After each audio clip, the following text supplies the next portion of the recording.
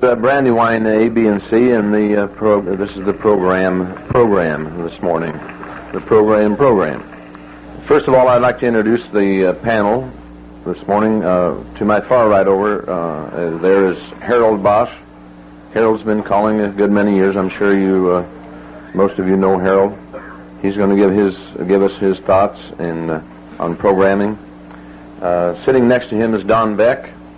And I'm sure that a lot of you are familiar with Don's work, and you use a lot of his material, I'm sure. And let's see, Ken Bauer. No, Ken couldn't be here.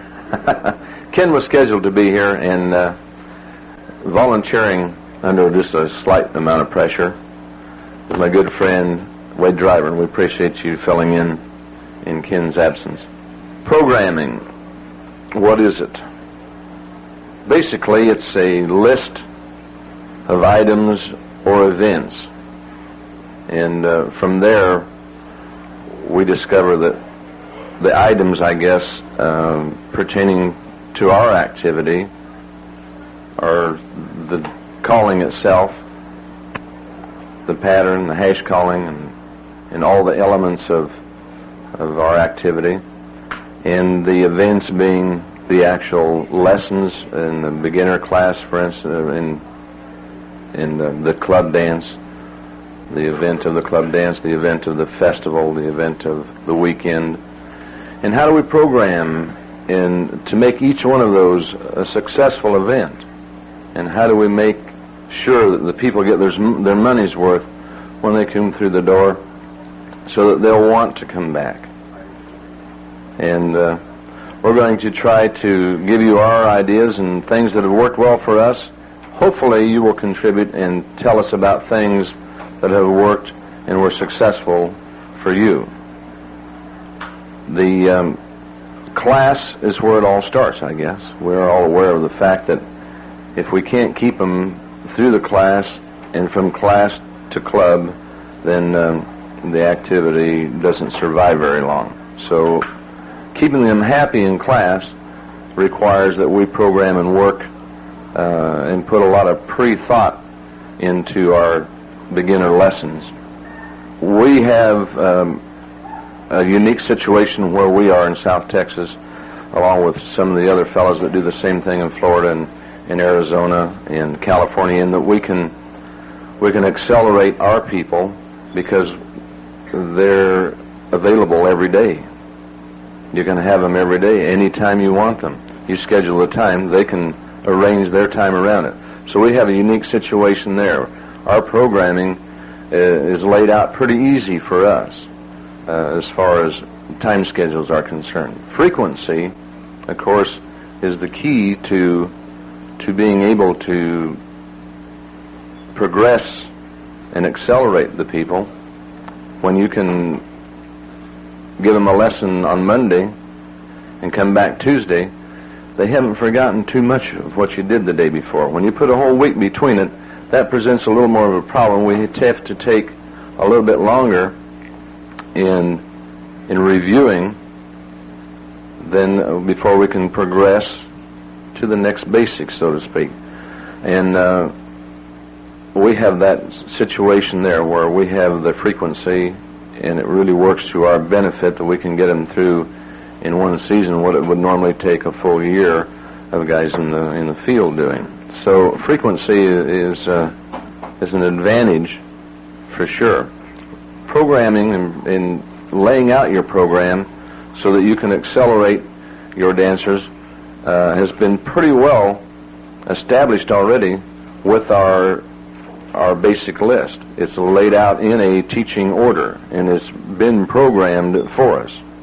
So if we use that to our advantage, then we certainly can benefit by following along what a lot of experienced callers have already laid out for us. If you're not familiar with the, let me get one out here. Well, I got one right here, one that we made up ourselves. There's also been one that Bob Osgood has had out for a number of years. This is how we lay out our program at home. Might be of benefit to each of you guys. Each of the basics, we allow a certain amount of area on the other side for notations, and also the frequency and how many times, so that we don't miss. If we teach circle to the left and circle to the right, we want to make sure that we include it in the next lesson, so that we review it and we make sure that we use it again, and we mark it so we make sure that we did in fact use it again.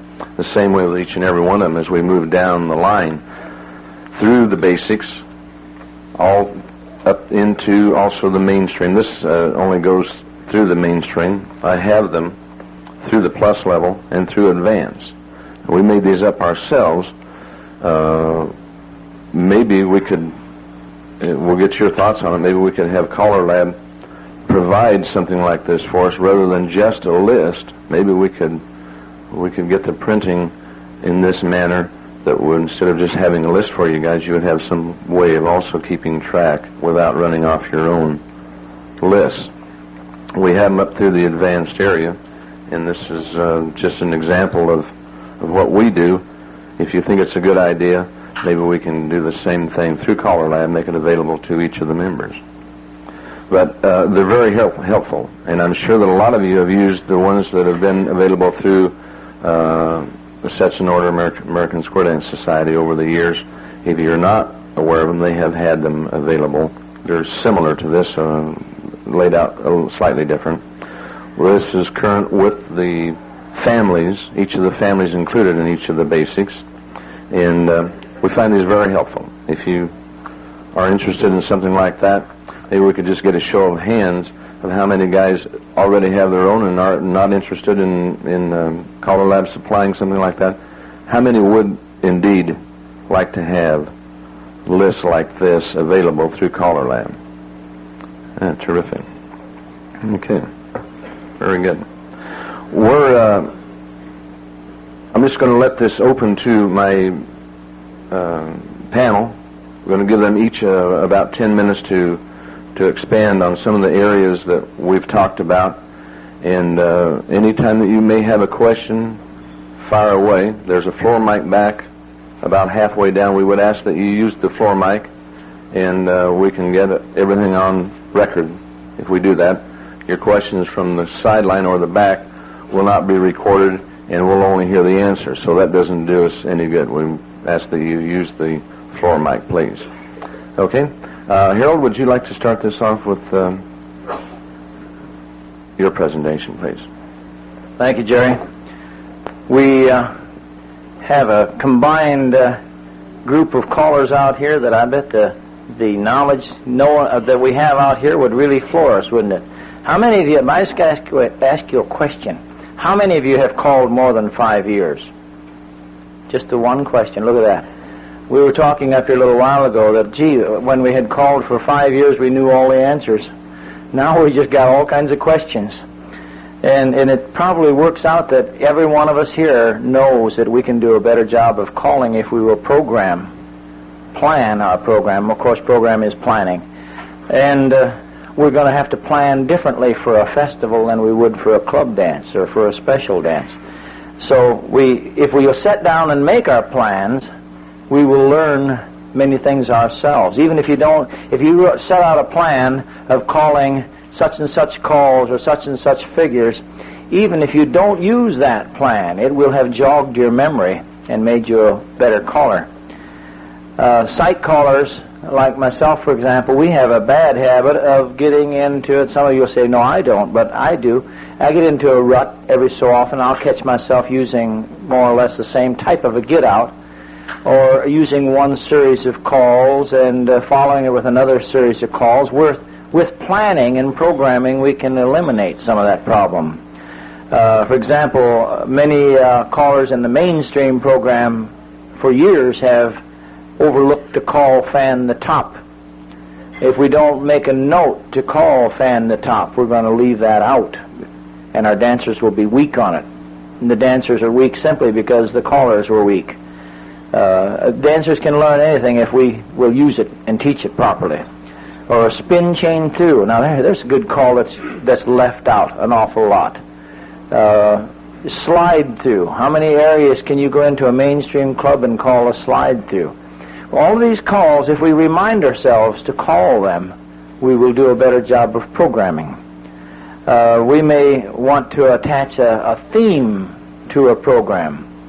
Perhaps, for example, the first tip. Well, the first tip or two, especially if you're guest calling, we don't want to go in there and call our whole repertoire right off the first tip. Because, first of all, the dancers are getting used to our voice, they're getting used to our timing and our phrasing.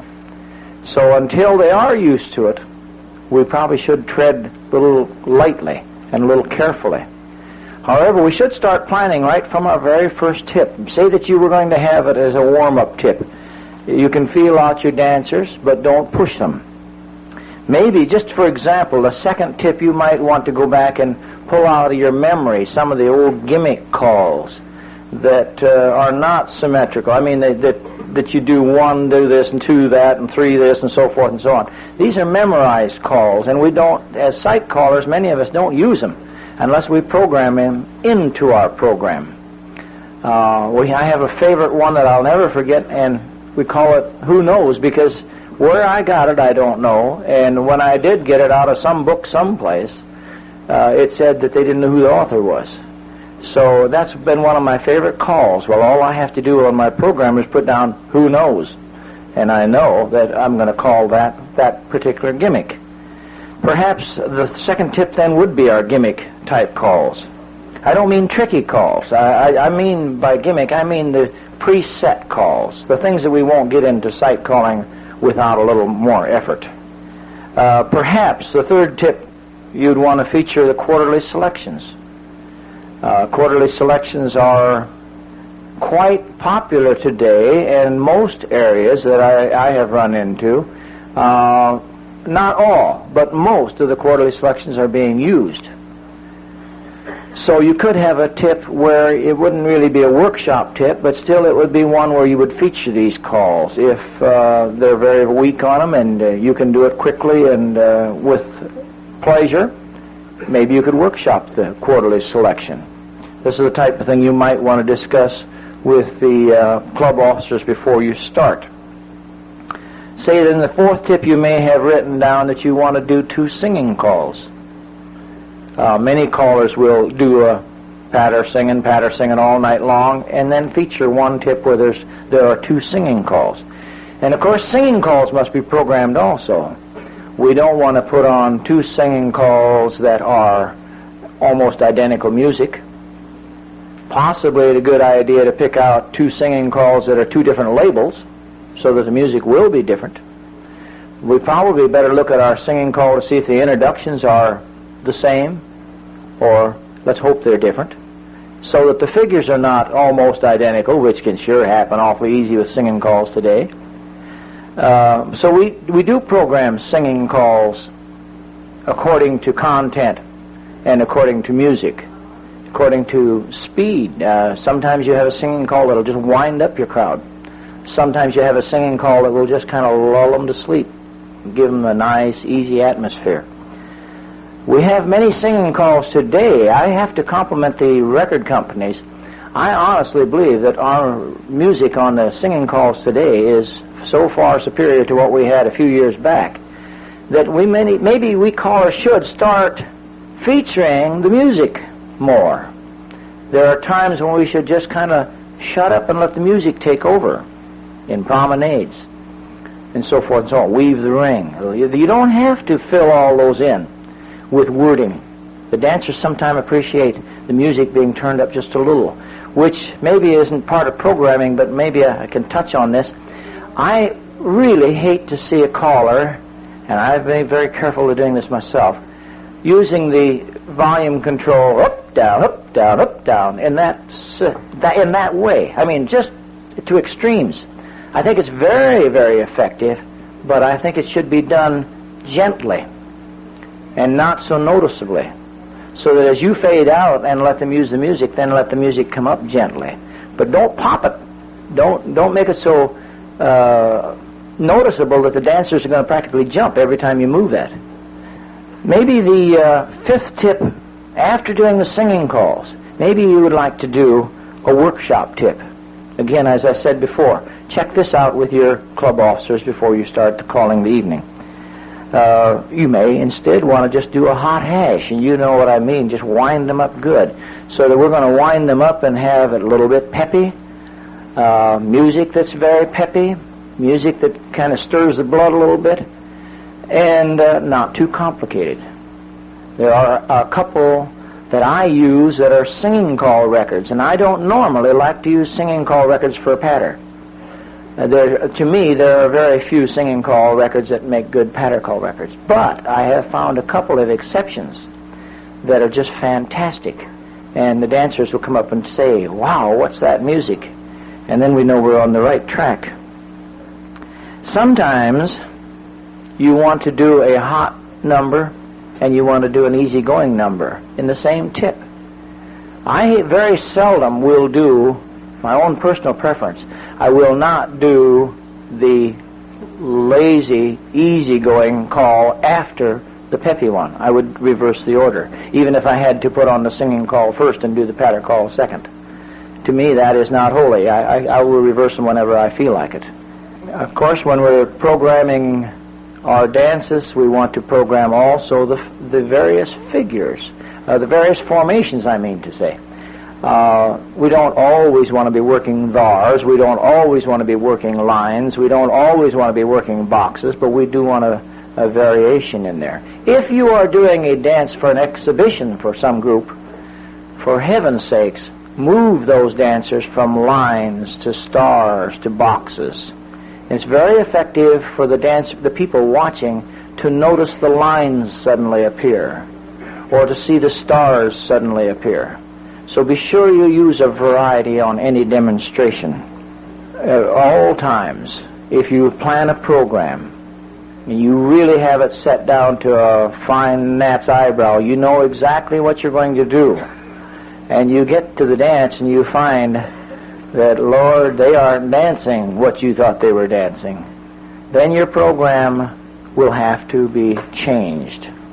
Don't be afraid to change the program. Rather throw the whole program out the window and start over than to be calling to 2 or 3 squares and letting everybody else stand. I remember many years ago when taking a tour around the country, I was staying overnight with one of the callers who is quite well known today. And he told me that he had his first dance outside of the area. He crossed the state line, and he was so happy.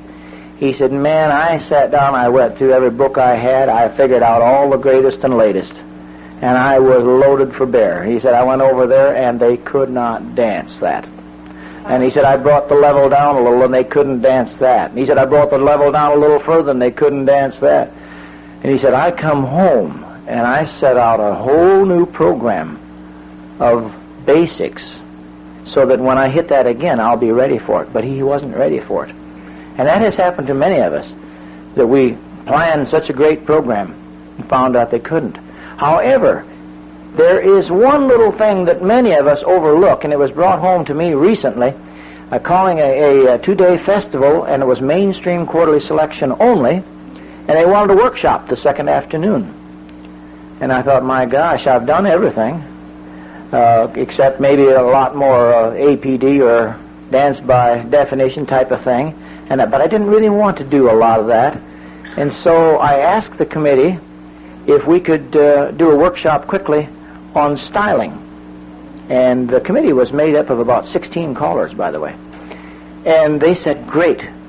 So I want to give this tip to you. If you have the tape from 2 years ago of styling, Jerry happened to be on there with Melton Luttrell, I used that to listen to it again, and it set up my whole program of doing a workshop on styling. When the workshop was over, the group of callers approached me, and some of the dancers said, "That's the best workshop we have ever had, bar none." And it was all off of that tape, more or less.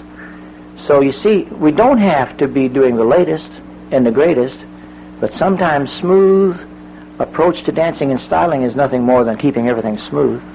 Will really be appreciated. Well, I don't want to go on and cover everything, because I want to learn from these boys, so I'll sit down. Thank you.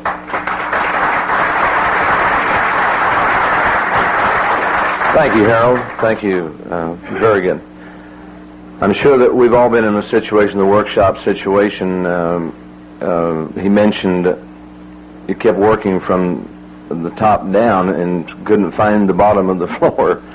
That's usually not been my problem. I can usually get down there amongst them if I have to, but I have been caught short, especially when I first started traveling.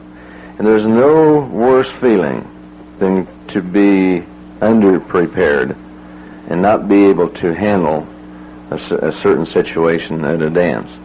And that doesn't mean that everybody has to become an advanced or a challenge caller, but you should, by the same token, make sure you know what you're getting into and don't overextend yourself in that direction. It's very uncomfortable to all of a sudden be calling everything you know, and they're sailing through it like it's a nice little warm-up tip. When he's going to get serious, that's a very uncomfortable feeling. It's when you start to sweat, right? So that all deals in programming, and all deals with pre-programming and being able to and know what you're getting into. We'd like to ask Don Beck now to... are you still from Stowe? From Stowe, Massachusetts, and great to have you with us, Don. Thank you. Thank you, Jerry. I was rather glad that Jerry asked me to talk next. As he told you before, Wade has just recently been informed that he was going to be on this panel, and so during Harold's talk, he was there writing his program for what he was going to talk about. And as I looked over his shoulder to see what he was writing pretty much mine, so I'm glad I got the chance to talk first.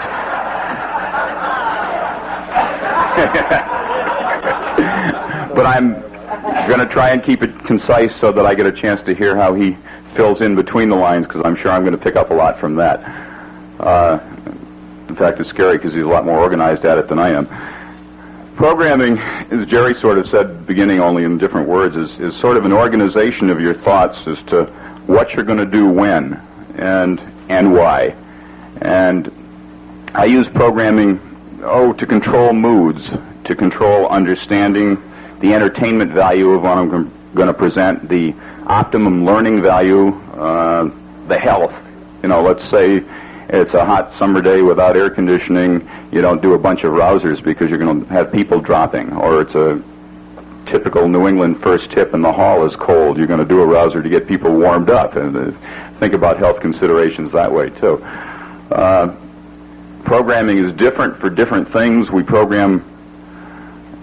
think of programming frequently as programming a dance, and a dance can be a club we call for on a regular basis, a club we've just gotten into and calling for once a year or never called for before. It can be for a class or for a fun night, for a workshop. They all have a different kind of a trait. We also program on a macro basis. You program for a season. You got a workshop and you plan to mold and work with a group for an entire season, put it into perspective there. People are now thinking of micro-programming also, where each sequence you call, you're making programming decisions as you go along. Do I do a forward and back after I make lines this time, or do I go right into the right and left through? I mean, do I have to wait for that square again or not? Give them time to catch up and breathe. One of the things that I guess I enjoy working with in my programming is the basic mood of a dance. Mostly for an open dance club that I don't call for on a regular basis, but it works on a regular clubs kind of thing also. It also works for fun nights. It also somewhat use it for workshopping kind of situations. But I guess what I want to share with you is how I lay out a particular dance and the things I consider in working with the people, so as the end goal being to provide them maximum entertainment for the evening. Lay out basically, average 7-8 tips a night. I used to keep a notebook like this and have one page for each dance I did and write out beforehand what I was going to do. I've got to admit I've gotten lax on that, but that's because I can formulate it in my head to some extent what I'm doing, although I can't reference back what I did with this club last month. But The first tip, one of the things I like to do is, assuming I've got a strange group or a group that I haven't seen for a week, and that makes them strange too, prove to them during that first tip that they can dance again, that they know how to dance. Get their gears in motion, particularly if they've never danced to you, and particularly if they're newer dancers. You know, this fear of a new voice, a new caller. Will I be able to dance to them? And what I want to do is build their confidence. I want to convince them that they can dance to me. Because if they can't be convinced of that, they get a preset feeling that this dance is not going to be a good dance. If they can't dance, I'm going to have troubles all night long, they say to themselves. So I want to build their confidence and let them know this is, going to be a good night. They can at least dance. I want them, one of the things that I pay a particular attention to then is enunciating. You're always told to enunciate, and you only remember to do it when you really think about it. And you don't always think about it until eventually it becomes second nature, I hope. That's one of the things I wrote down if I tend to have a problem with that. Think about enunciating, being clear. You go into a different part of the country, think about what accents you got to use or wipe out that you're used to so that you're understood where they are. One of the other things that a lot of people do during the first tip is try and get a feel for the floor, how well they can dance, what type of material, how difficult a material presentation they can dance. And if any of you well, I've talked to a lot of people and they all have, we got this particular sequence, and it really tells us what's going on. We can see they get this, and eventually they'll drop off and we can see just how good they are. You lose, by where you lose them in the sequence. This gives you the idea of what they can do and what they can handle. I don't like to lose people in the first tip. This goes against proving to them that they can dance to me. And if any of you are familiar with engineering terms, there's destructive testing and non-destructive testing. I've come up with a number of sequences that help me tell how good the dancers are, and still they're guaranteed winners. They can get through them. Things like couples circulate, bend the line, right and left through. I can get anybody through that. But by seeing how big a gap there is after the couples circulate between the two parts of the two-phase line, or seeing whether I have a two-phase line at all, to see whether there's any formation awareness on the part of the dancers, I get a feel for whether they can dance or not. But yet they can get through, so they don't realize they're being tested. So there are ways of feeling the floor out and still keeping confidence going. As far as a singing call, I like to use something peppy. I like to use something that's going to lift their spirits somewhat and let them know that there really is going to be some fun going on, but not a real rouser. I don't want to wear them out at this point, but it's got to have some lift. Tip number 2, basically more of the same. You can start to throw in a little bit of choreographic interest. Show your stuff a little. Show those people that are good dancers that you have a little bit to offer choreographically. Remember that some people are still getting there late, and it's the first tip for them, so you still got to prove that to them. There's always somebody that's going to screw up your program, like the people that come in late.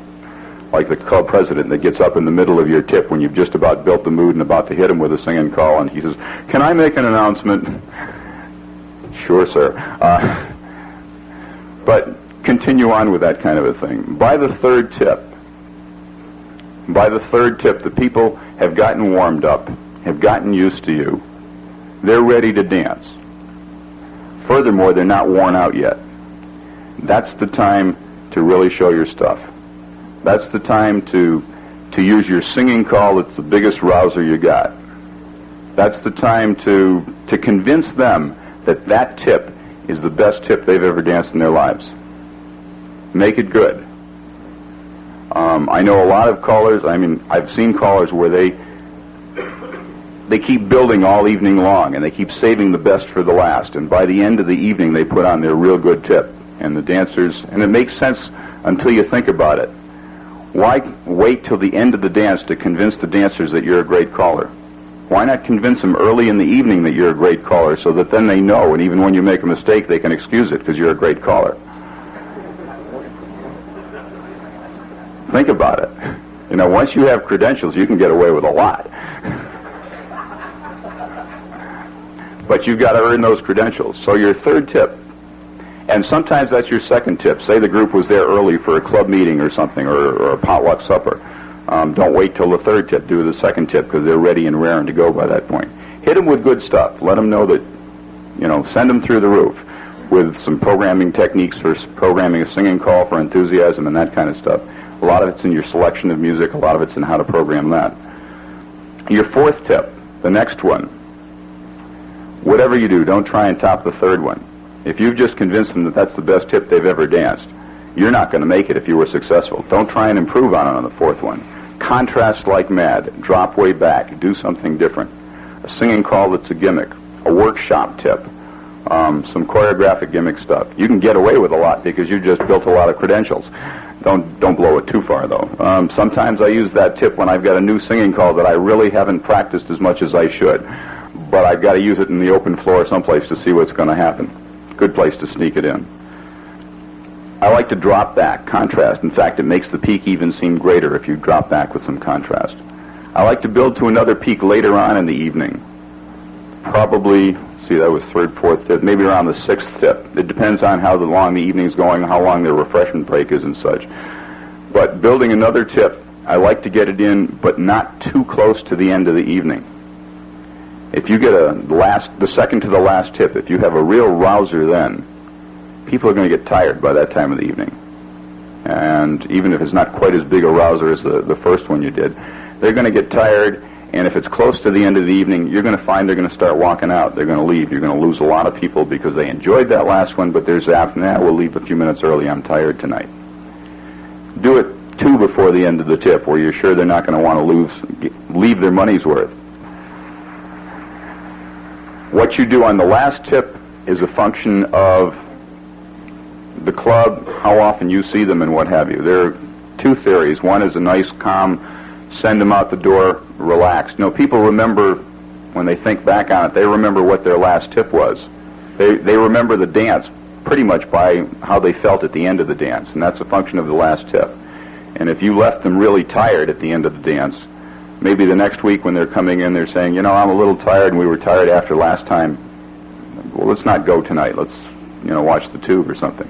If you left them in a relaxed mood, there's a better chance maybe they're going to want to come along. On the other hand, if it's not your club and you're not calling for them regularly and you just want them to remember the exhilaration of the exhaustion at the end, and Lord forbid your reasons are because it's your competitor's club and you don't want them to come to his dance next week, maybe you want to leave them in an exhausted mood. Again, it's judgment on your part. Leave them on a high. But one of the techniques I use on occasion for the second high in the evening is one that Harold touched on, is using 2 singing calls together. I like to do it around 5th or 6th tip. There's a great effect you can have by contrasting the enthusiasm and emotion level of 2 singing calls by doing one extremely quietly and then contrasting that with a rouser. It puts on a large high. It really gets people excited just by the contrast alone. But let's say you really had a couple singing calls that are good, a soft one and a loud one, and you wanted to use these, and it's gotten to be, that if you do that one, because it's close enough to the end of the evening, they're not going to stay around for your last tip. Another technique that works equally well is to reverse the order. To do the rouser, and then contrast that with a nice quiet ballad, so that you can get advantage of, I can get this loud one in that I want them to hear, but then I can quiet them down before they get a chance to sit down and calm them down so they will have enough energy left to stay for my last tip. One of the other problems of saving your good stuff for the end, and I like to have a good singing call at the end, but the problem with it is that frequently I don't get everybody there to appreciate my last ones. You get a few people to leave early. So if you're going to do your biggies, even if it's not a rousing one, but just a really nice ballad kind of thing, do that the one before the end when people are more likely to still be there. And with that, of course, they'll be more likely to stay for the last one. When you're talked about the moods, music, the singing calls help a lot in setting the moods. There's also things you can do with the choreography. One tip around the 5th or 6th, you can get into more difficult stuff. You can cater maybe to the third or half of the group that can handle more intricate choreography and give them a little bit of what they came for not so early not so late in the evening that it's going to send the other people home, not so early in the evening that it's going to discourage them and set their mind on what's going to go on. But use one at least to show people what, that you can cater to that level of intricacy of choreography too. One of the problems, I think Harold touched on this, on sight calling, people that sight call, is that despite the fact that you're allowed full versatility of your choreography and your pattern stuff, that full versatility turns out to be the same full versatility tip after tip. And you lose the distinction of one tip to another and tend to have them all come out sounding the same. The first one's wonderful, the second one's equally wonderful, and by the third one you've been there before. Theming a tip really helps, and it's nice to get some kind of a special flavor to each. It's particularly easy if you're doing a workshop tip because you're using that call constantly. But a good thing to do in your program is to write down next to the singing call you use, just pick 1, 2, or 3 calls on the mainstream list or the plus or whatever level you're working, and just keep glancing down at those 3 calls and say, oh yeah, use those, and go heavy this tip on square through 3 hands. It may sound like a dumb thing, or centers in cast off 3/4, but if you concentrate on that one particular call, there's going to be enough different flavor to that tip so that from the next one, so it will make it seem less like all the same tip after tip choreographically. I've run over my time. Let me see if there are any other quickie importance here. That's scratching the surface, but hopefully some useful information on that, and I can't wait to have Wade fill in some of the blanks. Thank you.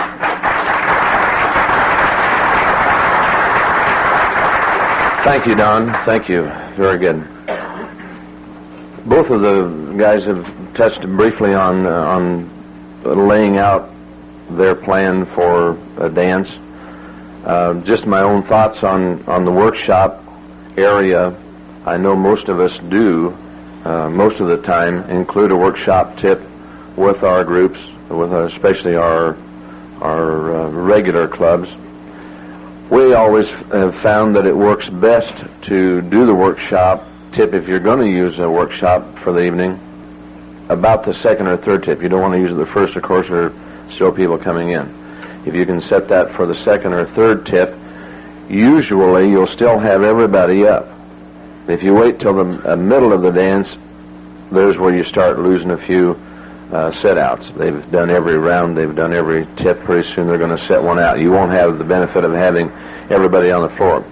But you might also warn them ahead of time that the third tip, not this tip, but the next one, or however you want to say it to them, will be a workshop tip. So they're also aware before that the next tip is going to be a workshop tip.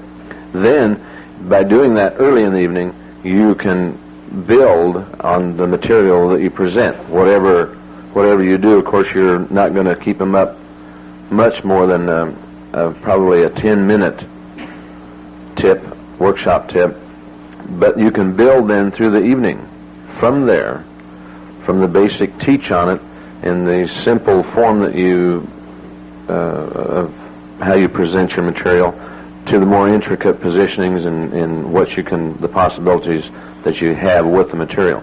You can work it through the evening, throwing a little bit of it in as you go, and by the end of the evening they have got a real good feel of what you've done. Whether they are going to like it from then on probably depends a lot on how you've presented it to them and whether the call itself is worthy of sticking around. The dancers usually will determine that. If they like it, they'll tell you about it, and if they don't, they usually don't hesitate to tell you that either. We do the same thing at festivals. When we are programming a workshop tip in the evening, we usually like to check with the committee or the people that we're doing the festival for to make sure that it's okay, or if they even indeed want a workshop tip. But that should also be announced and scheduled so that the dancers are aware that the fourth tip or whatever is going to be the workshop material that was presented in the afternoon of the workshop, so that they get a chance to indeed dance the things that they came and spent the time to learn in the afternoon. It also helps the next year probably with attendance at the workshop. And that usually, if the people weren't there, and all of a sudden they can't dance the tip, and they find that maybe there's some good in the workshop that they should have been attending, and it usually does help their program for the following season, even, or for the next festival that they have. Wade, would you like to give me your thoughts now? You're going to fill around the edges of what not?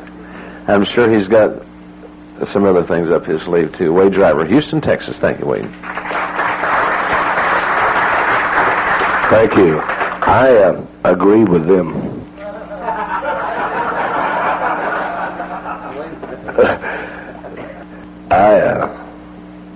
You guys didn't leave me a lot of holes to get in. You realize that. We figure we got you in a big hole. Yeah. Well, my approach to a dance regarding programming is, if you were going to make a speech, you wouldn't, at least shouldn't, I don't believe, go in and do so right off the top of your head. And I don't care, in my opinion, whether you've been calling for 6 months or 16 years, you should be prepared before you go call any dance of any type, because people are paying admission and they expect you to be qualified to do your job. Now, not just in programming how many tips you're going to call and what records you're going to sing and what figures you're going to call, but be qualified to call the material you put down. I see so often, and Lord knows I've done it, just as Jerry mentioned a while ago, so many times a person, a caller, will go in underqualified, not only underprepared, but underqualified to do a particular dance, a lot of times because he's been intimidated through peer pressure into taking that dance. You take a young man who decides, all right, I call for this club here, I'm going to expand out, and maybe he goes and he calls a tip that has some pretty good material in it, okay? And someone says, hey, would you come call for our club? We dance mainstream plus with an A1 star tip. He doesn't call A1, he doesn't dance A1, but he doesn't want to admit he doesn't dance A1, doesn't call A1, so he books the dance, he goes and he flops and falls on his can. It takes him 3 years to recover from it. First of all, in my opinion, which Ben Franklin says if you start off with those 3 words, you're never wrong. Yeah, all right? In my opinion, you should never call something you can't dance. And this is a pet peeve of mine. Callers, too often, can't dance. But the problem is, on occasion, it's true. So first of all, make sure you're prepared with knowledge of your material, that you know how to do it. If someone says, give me a verbal description of square through, you should be able to do so both from an explanation point of view over the microphone and face-to-face. That's first of all in pre-programming, which my emphasis I'm going to cover is in pre-programming, preparing for your dance.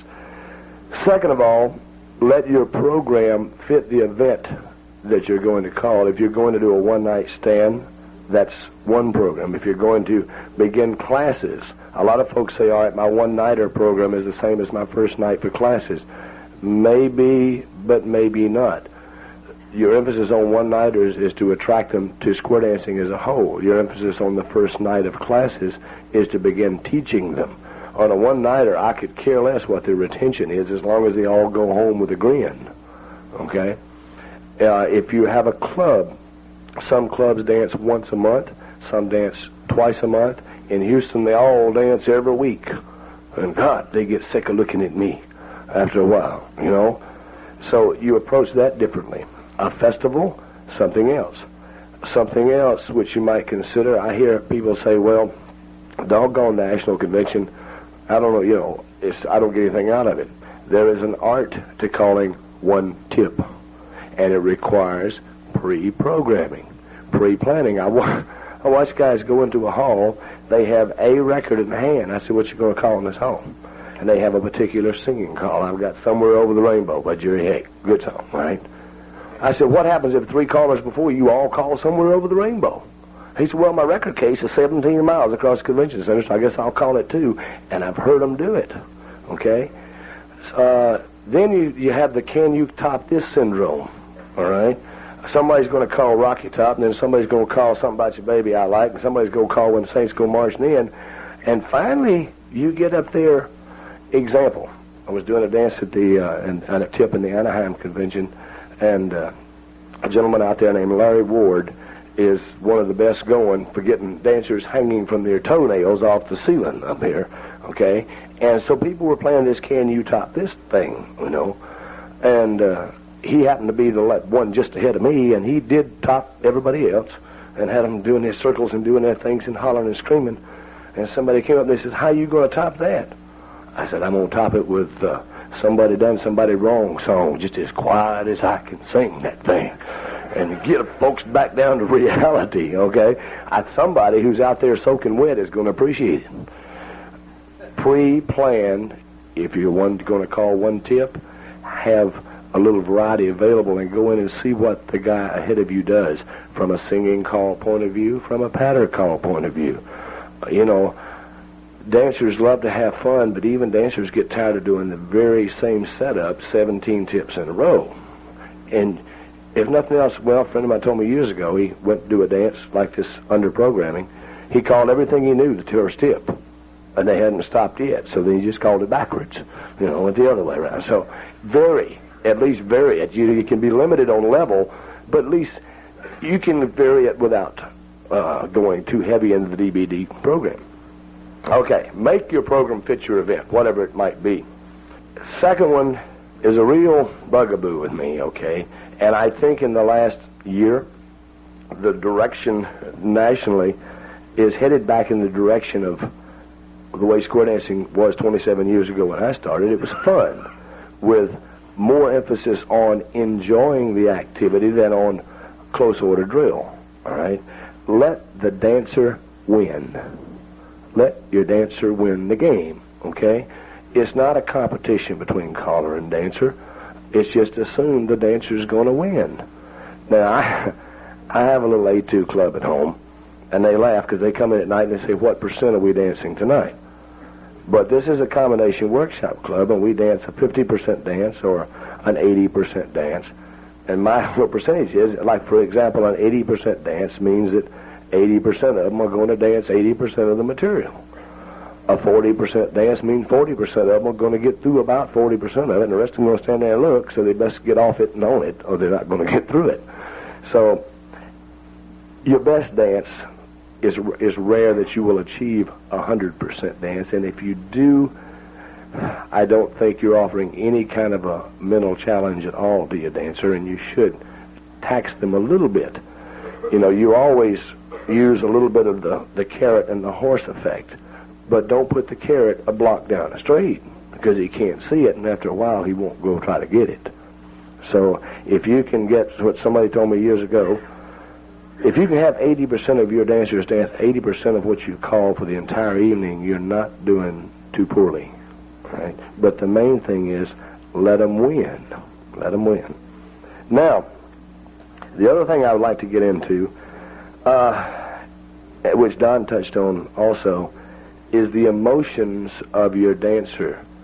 You can walk into a hall just 10 or 15 minutes ahead of time if that's necessary, and look around and just try to look at your people and say, all right, what kind of mood are they in? Are they cutting up? Are they talking? Are they all sitting over there glaring?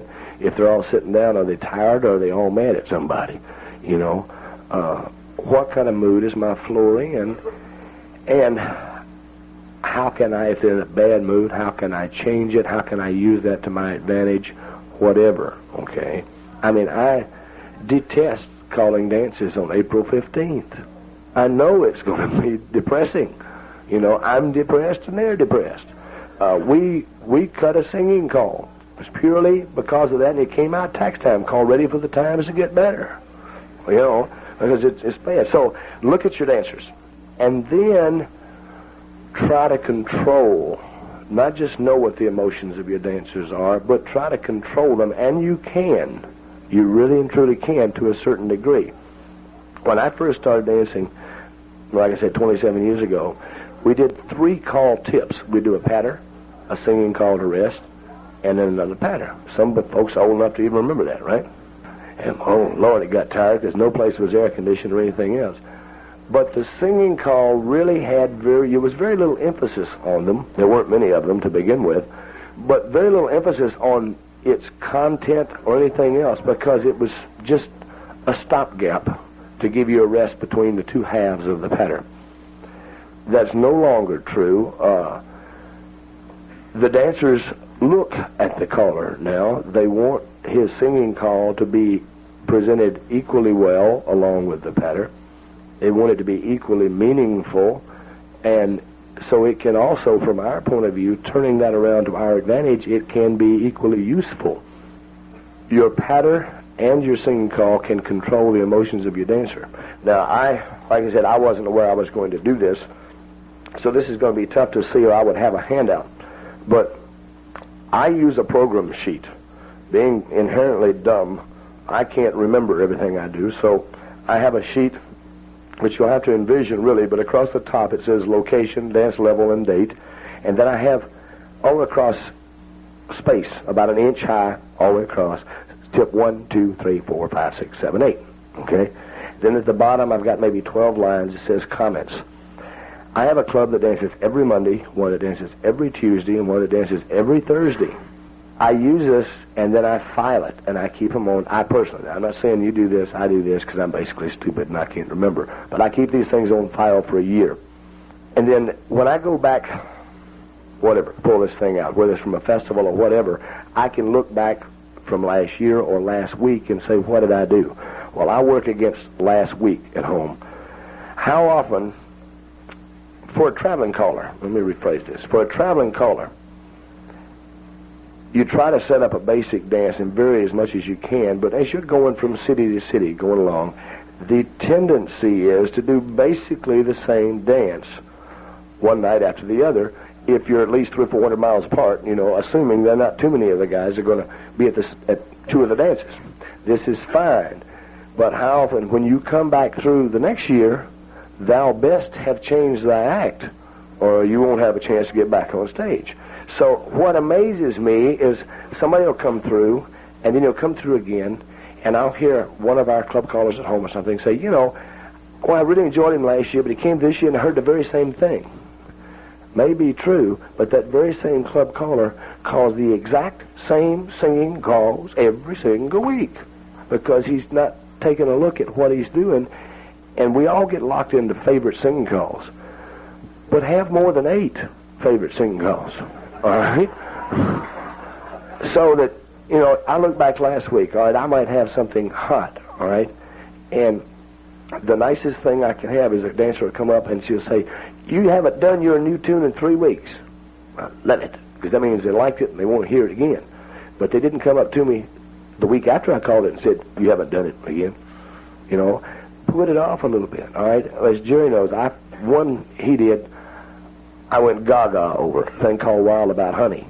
And I had to watch out because it was almost programmed for life in my memory banks. And I finally had to take it out of my record case and set it on my desk at home. I'd have called it every dance, I guess, because you have certain songs you like.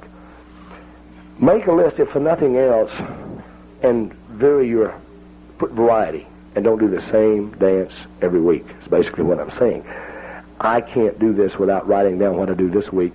Next week, go and look at it. Then I can throw away last week's and keep this week's, and so on down the line. Give your dancer variety.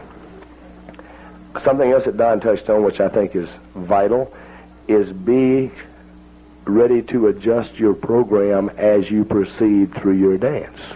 Okay? It would be nice if we go in and say, all right, this is my program, and you are going to dance my program, whether you like it or don't like it. Okay? And I walk in, for example, say I have a Thursday club at home that dances Mainstream Plus. But Thursday is a good visitation day for us for vacationers during the summer. And we're very fortunate in that club that we'll have anywhere from 2 to 9 or 10 squares of visitors from out of town. So I walk into my club. Yes, it's advertised Mainstream Plus level. And yes, all of the dancers that are members there dance Mainstream Plus. But if I've got 8 squares of visitors that come from Oshkosh and Orlando and San Francisco that dance Mainstream, my club's going to have to be patient for one night, because I'm going to see those guys somewhere out on the road, and I'm going to drop the level. All right, so you can't be hard-nosed about it entirely. Going back to pre-programming qualifications for calling, if you are not qualified at the level you wish to handle, then you're going to have trouble varying your program or adjusting your program in the middle of the dance. Because sometimes you adjust down, but sometimes you have to adjust up. And if you go in to call a dance and you make a program and say, all right, this is the top of my qualifications, and you get there and they do it all, tip one. You know, you can't go home. You got to do something. So be qualified up and down from the program that you write. All right? Let's see. Am I out of time yet? Tape yourself occasionally. Okay.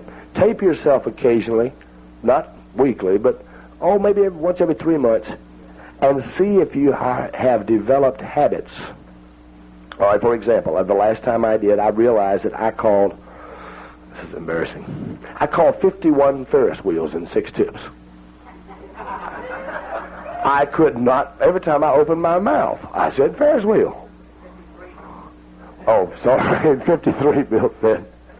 I don't doubt it. It's terrible. You do things and you're not aware that you do. As far as I'm concerned, that's pre-programming because it affects your qualifications of calling a dance. Tape yourself every 2-3 months or whatever and listen, but keep your mouth shut. It's like listening to a singing call.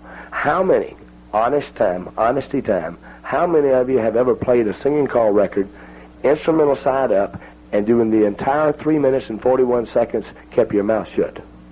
What results I always get? Nobody. How do you know what's on there if you don't listen to it? Okay? When you tape yourself, listen to it objectively and don't sing along with yourself. When we sing along with ourselves, we cover up our mistakes, you see. So listen to it and check it out. I could go on with this forever. The only thing I would say, I do this with my dancers now, all my dancers.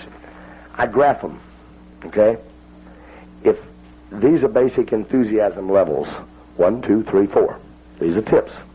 If you call 1, or the high enthusiasm level, all the way over to here, don't worry about 6, 7, and 8 because it will already gone home, and there won't be anybody to call for. Same thing down here. You can put them to sleep. You must have variations in your program, all right? Again, the emotions of your crowd. If you can get hold of them and control their emotions through your singing calls and your music presentation, they'll dance level-wise almost anything you want because they're in tune with you. If you are out of tune with their emotions and you're fighting them, they won't do a right and left through for you. They'll fight you all night. Okay?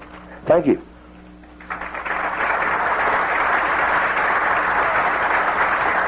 Thank you, Wade. Excellent.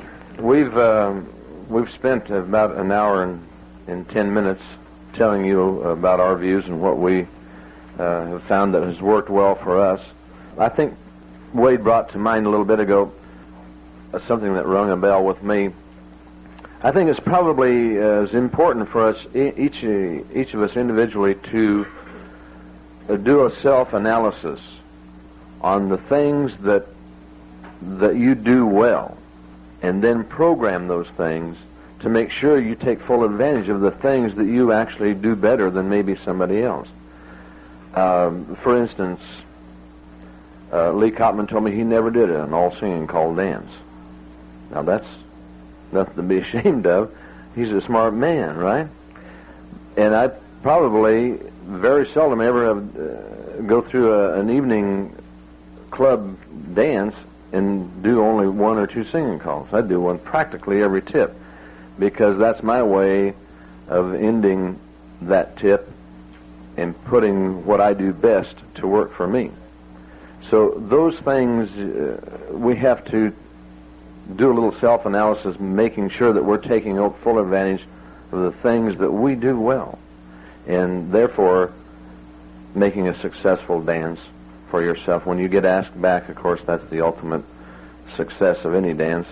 They ask you to come back and call again for them, and that's what we all are looking for.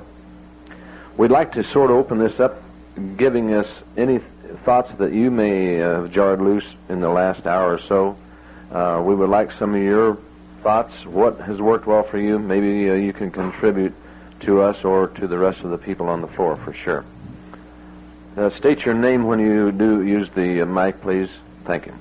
I'm Jim Mayo, and I'd like to ask you for an answer to a question, not to state my own success rates or failures. I've been interested recently in evaluating dancers' success at a dance. I'm becoming concerned that dancers are not winning as often as we think they are, and I'd like to ask each of the panelists to tell me what percentage of the floor you're willing to let break down before you begin to get panicked in the patter portion of your program. Since I'm here, I'll go ahead and tell you what I shoot for. When I'm into my patter tip, I usually try to build with whatever I have programmed for that particular tip from 0 up. In other words, use the easiest form of square through, for instance, if you're going to feature a square through at a mainstream dance, and eventually having 4 boys square through, 4 girls square through, from lines of 4 with mixed boy, girl lines square through. You have to really be careful with that sort of material. So you build that sort of confidence in the dancer. If I start dropping off to a 50%, 60%, I know that I've overstepped. I'll back up and rework my patter instantly to conform and get the rest of the dancers, possibly 80 to 90% of the people, moving again with what I'm doing. That's the way I usually handle that each tip in my patter, and I'm sure that you all have different ideas on how you what you shoot for. Success, of course, as Jim mentioned, is it's just absolute. They have to have it. The dancer has to have it, or they're not going to come back. Harold, would you like to comment? Yes, I would like to comment on that one, because I don't know, maybe I've taught too many dancers, but as soon as there's a square on the floor standing, they've got my attention, to the point that I have to be careful that I'm not forever helping the poor square. However, we do, as they said before, we do have to challenge them to a certain degree, and if you have to put a percentage on it, I'd say I'm afraid I'm in the 10%. As soon as I lose 10%, I'm starting to worry. I just feel like I'm not earning everybody's money. They all paid the same amount of money. I'm so happy that Wade brought this one up. He said dancers must succeed, and this is my theory. And the only way the caller succeeds is if the dancers are succeeding. Not that you're going to lower your level, but you're going to keep them dancing. The fact of the matter is, this is the theme that I always put up on the bulletin board before a caller's college. The dancers must succeed.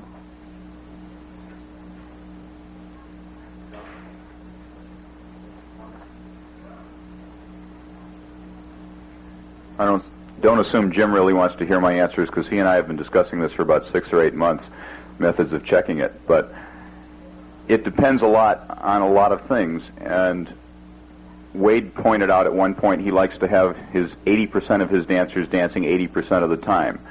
When I quote a general thing, I generally quote about that same ratio, that amount of the time.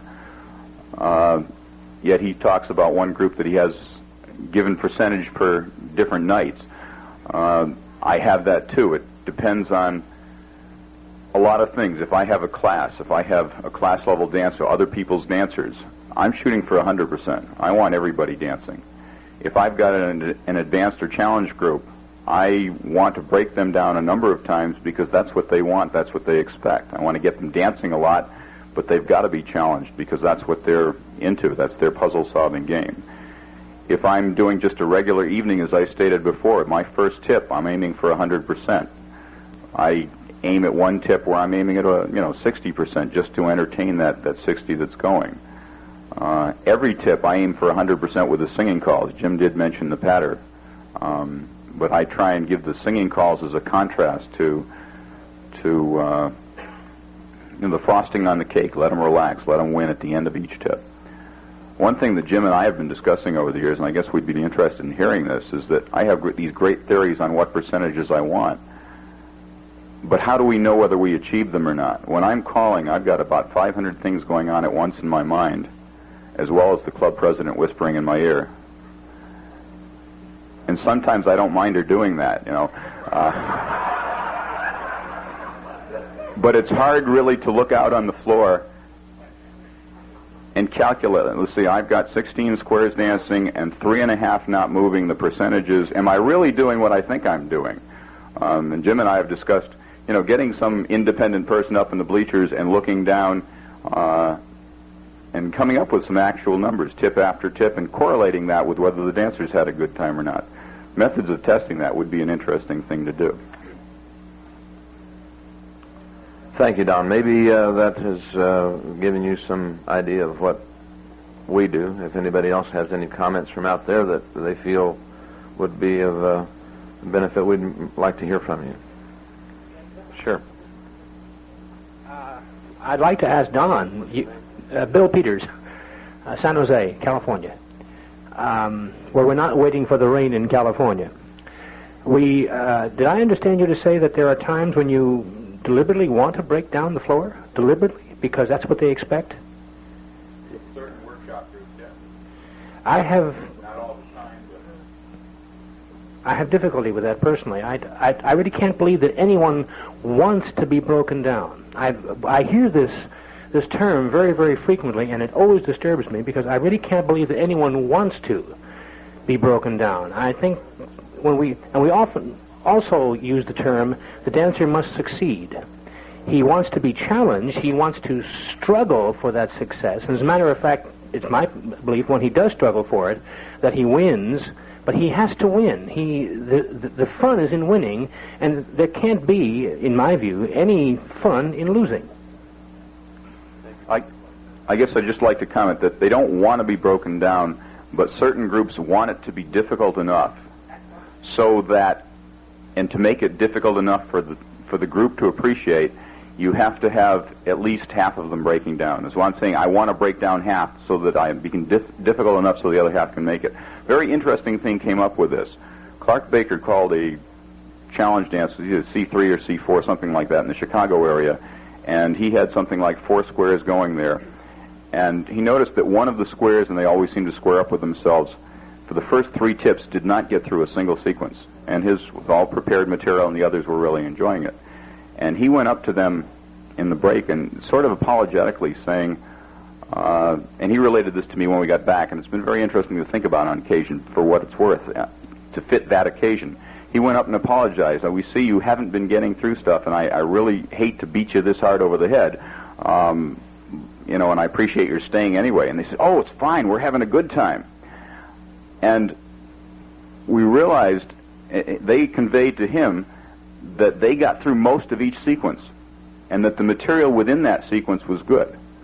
You know, when you watch a television program, you get pretty upset when the last 5 minutes the phone rings and you have to talk to your mother, right?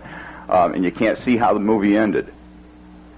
But, in fact, if it was just the end you were concerned about, you would have spent the first 55 minutes doing something valuable, practicing your singing calls or something.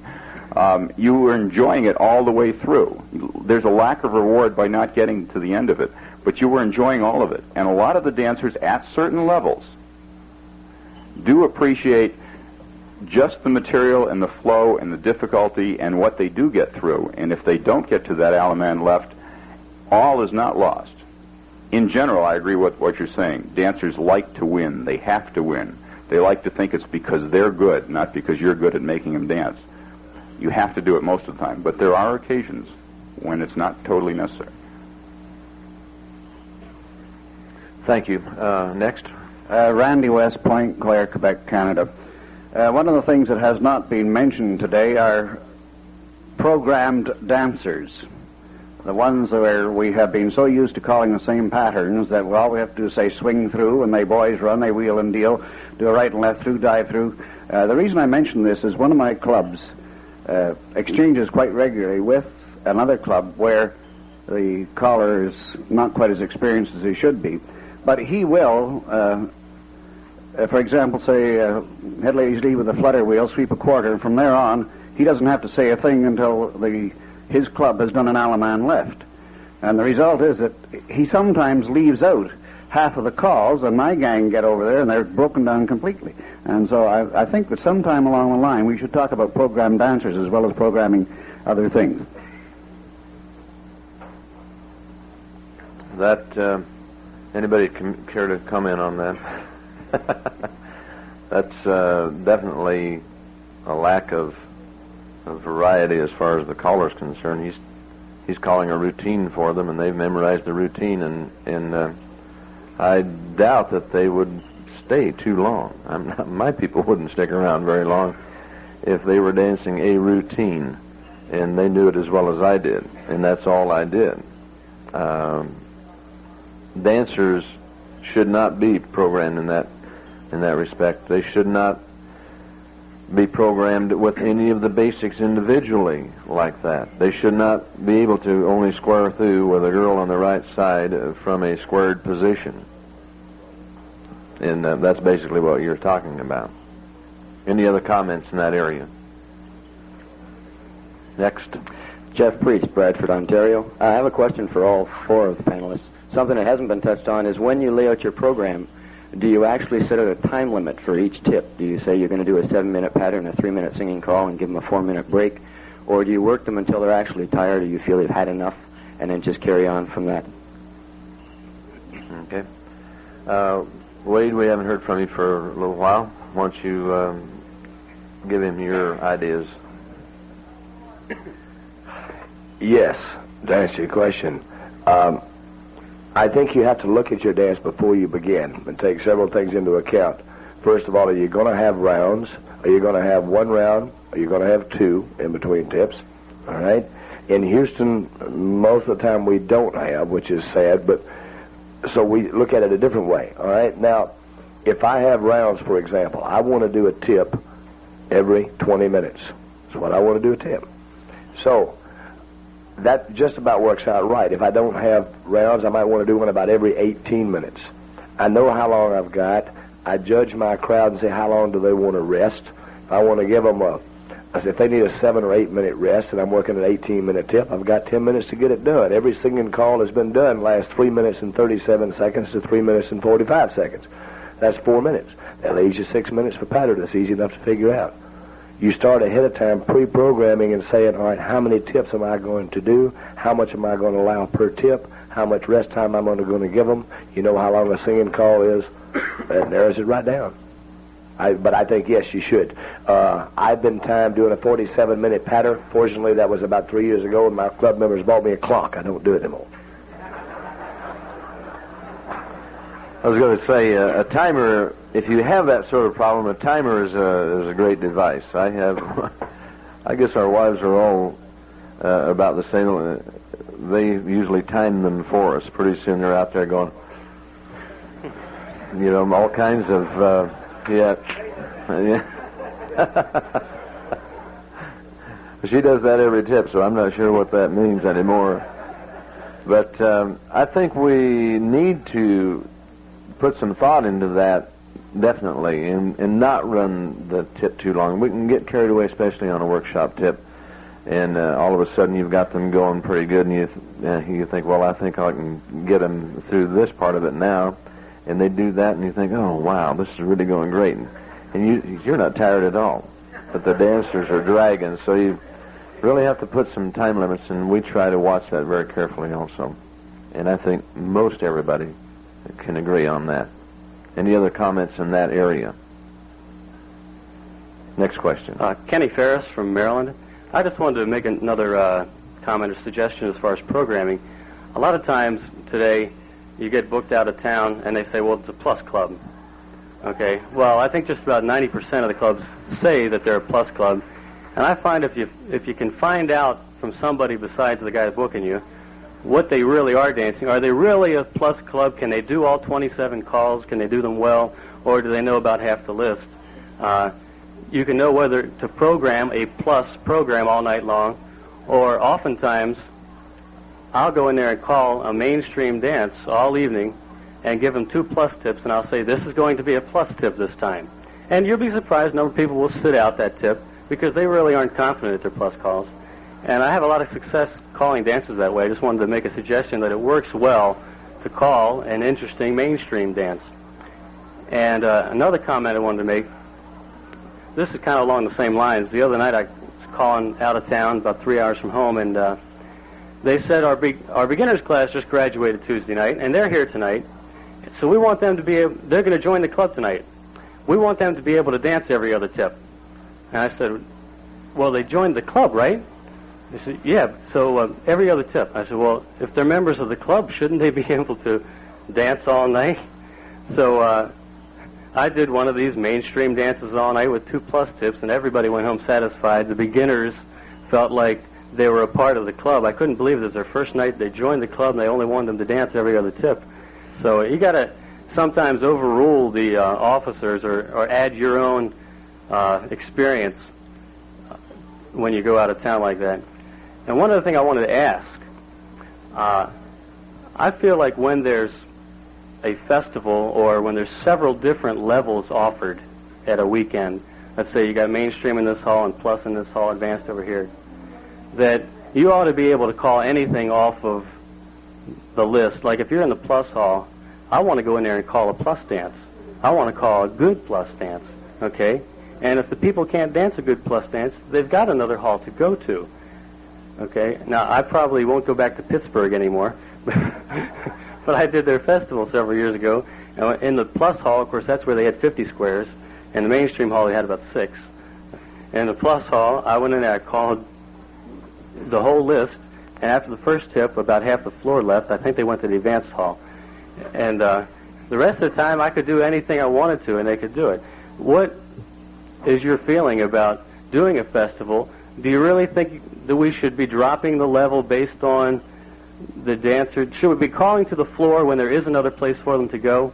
It's kind of a sticky situation, I think.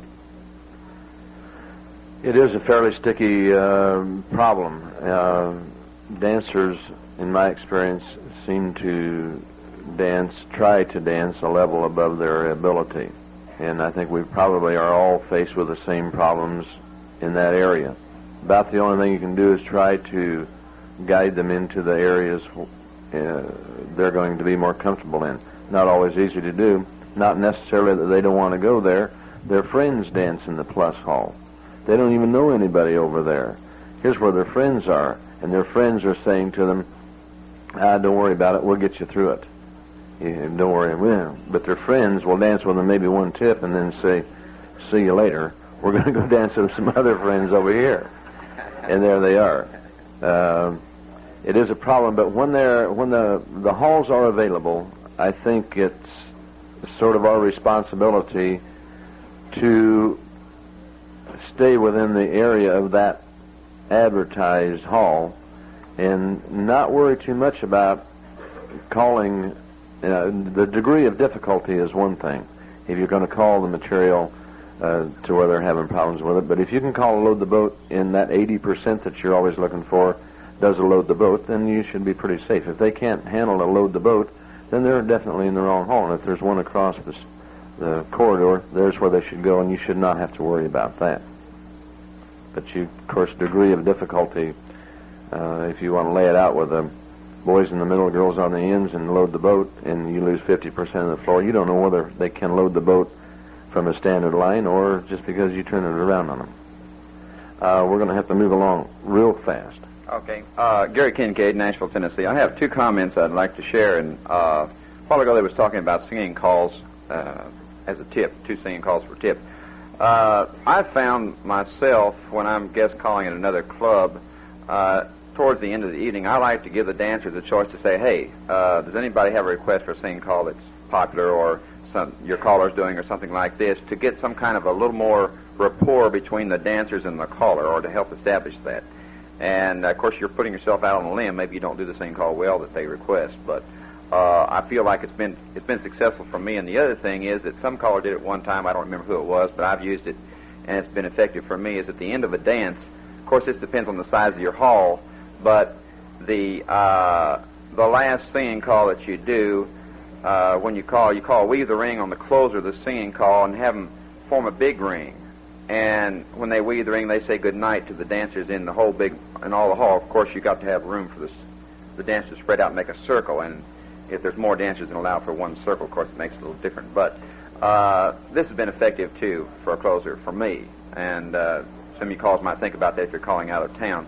And the other thing is that I've gone to dances where some dancers say, well, you know, so-and-so's a good caller, and he came here and called a couple weeks ago, but he stands over in a corner between the tips. He doesn't talk to any of the dancers or anything. He's in his own little world. And I think it's important for dancer-caller communication at a dance, especially if you're a guest caller, and you may think about that when you're guest calling somewhere, and that's all. Thank you. Very good. Both points well taken. Francis, and then that'll be our last one, I think. I'm Francis Zeller from Kansas, and I'm sure everybody tries to call the best dance that they're capable of calling and keep the crowd going and lifted and one thing another. And I'd like to hear some comments about what do you do at the fifth tip when they say we're going to break for refreshments now, and they take a 30-minute break and eat, and how do you get the group on the up again after refreshments?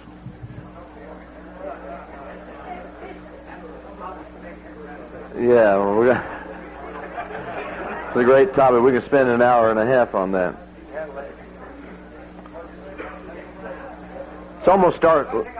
It's almost like starting the dance over again in most cases. You have to start building your whole program again. I've never found an easy way to bring them back to the point that you left the floor before they broke. And now, I try to encourage whenever I can a switch in the program. If they say we usually stop at 9:30 for a little lunch, I try to encourage them to do it at the end of the dance. Try to tell them I'm going to lay out my stuff and my program so that it's going to work well for you. And if you can, I'd appreciate you having your eats at the end of the dance. And most of the time, I find that, I guess it doesn't make any difference. And they will accept that. I don't know if Harold said a lot of times he uses a good choice of music, but there again, we're talking about like the beginning of the dance again, aren't you? I mean, that's basically how you start a dance. You want something lively and something to pick them up. And with that, we have to break for lunch. We thank you so much for coming, and we thank our panelists for being here. Thank you, and enjoy your lunch.